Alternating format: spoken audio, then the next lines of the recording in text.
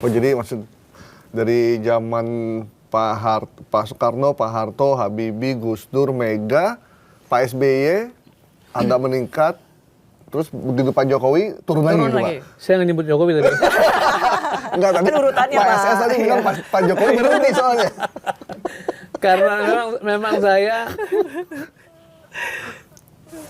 lihat kiri kanan, menganalisis diskusi sama teman-teman, memang di masa Pak Jokowi lah kehancuran institusi itu betul-betul terasa gitu.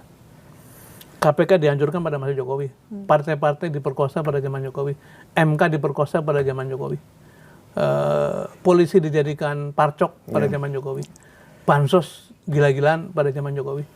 Jadi memang ini yang saya sebut sebagai lubang hitam ditinggalkan oleh Pak Jokowi, yang memang kalau Pak Prabowo ini akan memperbaiki, lumayan kerja keras loh.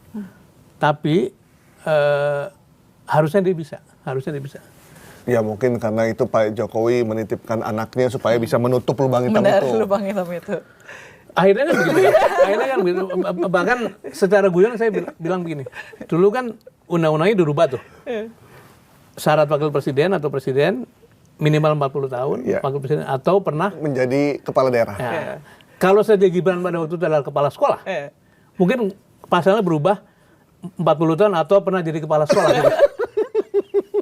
Karena jelas sekali pasal itu memang diabdikan bagi supaya anaknya bisa masuk. Atau jadi kalau Gibran itu seorang merbot, maka dirubah jadi kepala merbot. Iya. Jadi 40 tahun atau Soekarno pernah memimpin pengurus masjid misalnya. Gitu. Ya. Jadi ini yang disebut sebagai personifikasi kekuasaan. Jadi kekuasaan dipersonalkan. Dijadikan aset pribadi yang kemudian digunakan untuk memperoleh kepentingan. Dan menurut saya sekarang itu suasana